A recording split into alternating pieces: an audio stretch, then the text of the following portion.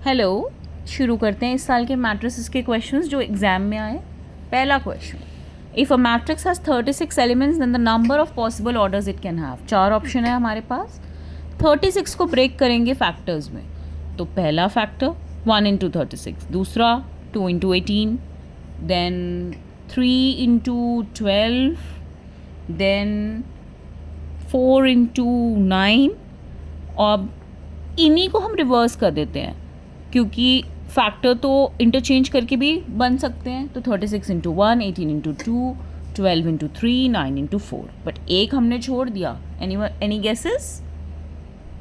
6 into 6। यहाँ पे number of rows equal to number of columns हैं।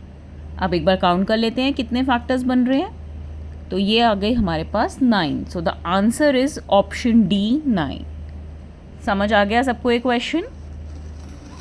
चलिए नेक्स्ट क्वेश्चन करते हैं। आप स्क्रीन पे पॉज करके पहले खुद भी ट्राई कर सकते हैं, फिर मेरा सोल्यूशन देखिए। You can pause it if you want. चलिए आगे बढ़ते हैं। इस क्वेश्चन को देखते हैं। 2 मैट्रिसेस इक्वल दिए हुए हैं, तो आपको वैल्यू निकालनी है 24/x प्लस 24/y की।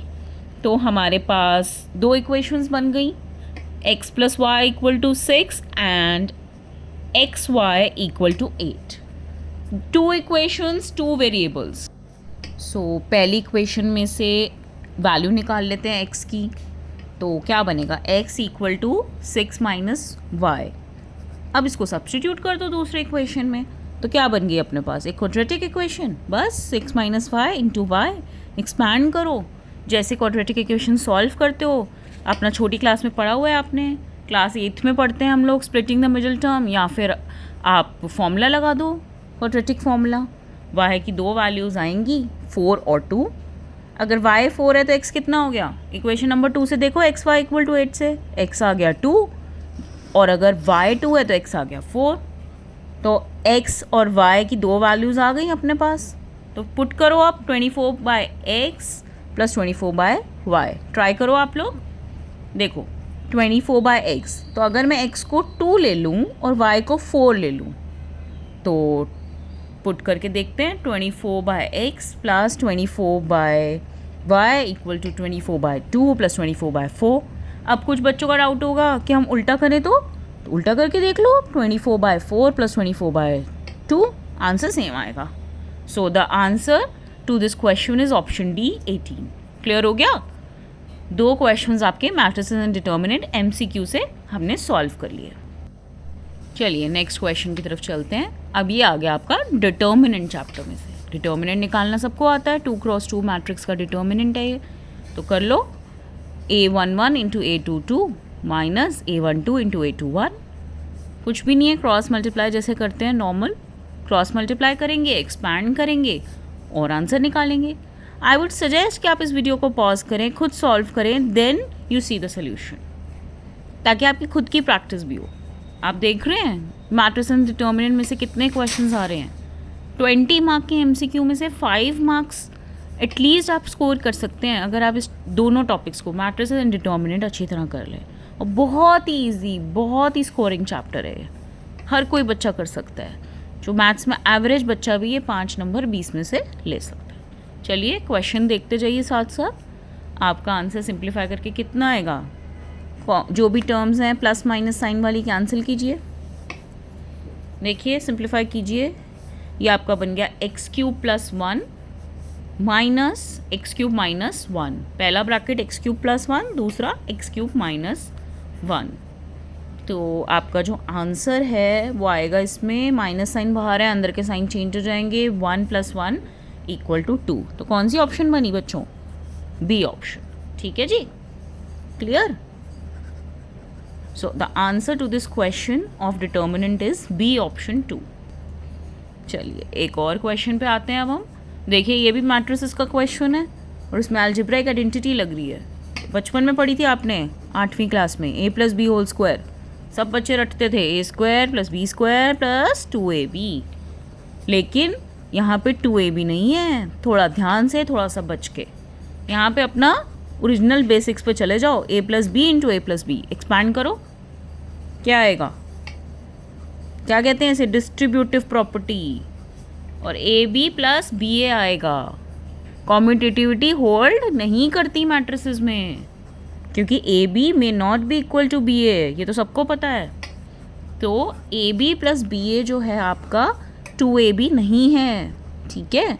सो according to the given question a plus B whole square is a square plus B square.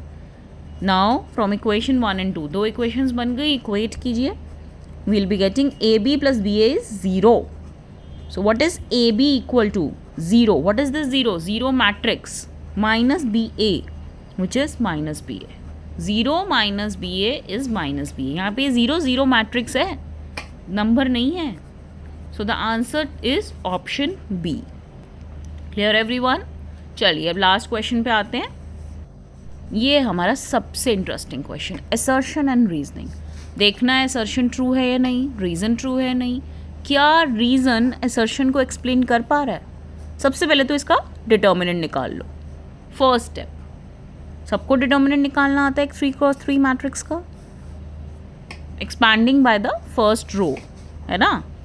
तो A11 इंटू जो आपकी सब मैट्रिक्स है उसका डिटर्मिनेंट माइनस A12 इंटू जो सब मैट्रिक्स है उसका डिटर्मिनेंट प्लस A13 जो सब मैट्रिक्स बची उसका डिटर्मिनेंट।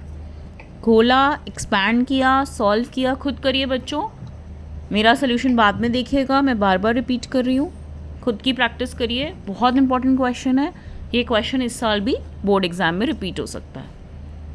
बहुत ही ईजी है, बस कॉस थीटा के ऊपर थोड़ा सा सोचना है। कॉस थीटा की वैल्यू, कॉस थीटा का रेंज सेट क्या है, सोचो कॉस थीटा कहाँ पे बिलोंग करता है, बस इसके ऊपर ये बेस्ड है क्वेश्चन। आपका डिटर्मिनेंट आ गया 2 into 1 plus cos square theta. अब आपका कॉस थीटा -1 से 1 के बीच में लाया करता है, सबको पता है। तो कॉस स्क्वायर थीटा कहाँ लाया करेगा, स्क्वायर कर दो। लीस्ट वैल्यू 0, मैक्सिमम वैल्यू कहाँ तक जा सकती है 1। अगर मेरा कॉस स्क्वायर थीटा 0 से 1 के बीच में लाया करता है तो 2 into 1 plus cos square theta किसके बीच में लाया करेगा। Least value of cos square theta is 0, maximum value of cos square theta is 1। तो 2 से लेके कहाँ तक कॉस स्क्वायर थीटा की मैक्सिमम वैल्यू 1 है, तो 2 इंटू 1 प्लस 1 ब्रैकेट खोलो, एक्सपैंड करो, ये आपका रेंज सेट बनेगा इस फंक्शन का 2 से लेके 4 तक, क्लोज इंटरवल 2 to 4। इसका मतलब आपका असर्शन जो था वो बिल्कुल ठीक था, डिटर्मिनेंट लाइज बिटवीन 2 to 4। और रीज़न ने उसको बिल्कुल करेक्टली एक्सप्लेन किया कि कॉस थीटा का रेंज सेट -1 से 1 है, इसलिए डिटर्मिनेंट 2 से 4 के बीच में है। So the answer is option A. Both assertion and reason are true, and reason is the correct explanation of the assertion.